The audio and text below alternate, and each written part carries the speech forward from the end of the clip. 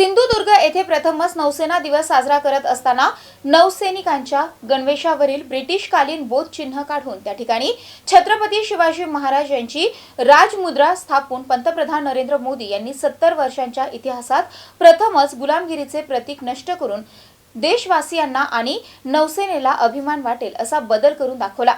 या अभिमानास्पद केलेल्या कामाबद्दल फुलंब्री येथील नगरपंचायतीच्या सभागृहामध्ये आज भाजपा जिल्हाध्यक्ष सुहास शिरसाट यांनी पत्रकार परिषद घेऊन माहिती दिली आहे।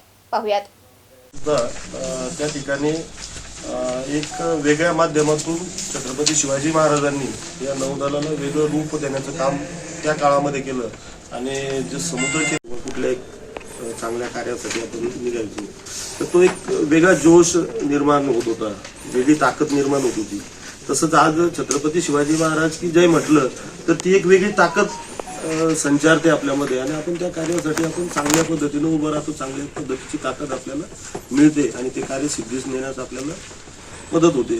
तर त्या पद्धतीचं आज हे नौसेनेच्या युनिफॉर्मवर ज्यावेळेस राजमुद्रा जाईल तर ती एक त्या नौसेनेच्या प्रत्येक सैनिकाला ती एक वेगळी ऊर्जा मिळेल, वेगळी ताकद मिळेल, वेगळी प्रेरणा मिळेल आणि त्यातून आपल्या देशाला पुढे नेण्यासाठी तो नक्कीच प्रेरणादायी ठरू शकतो।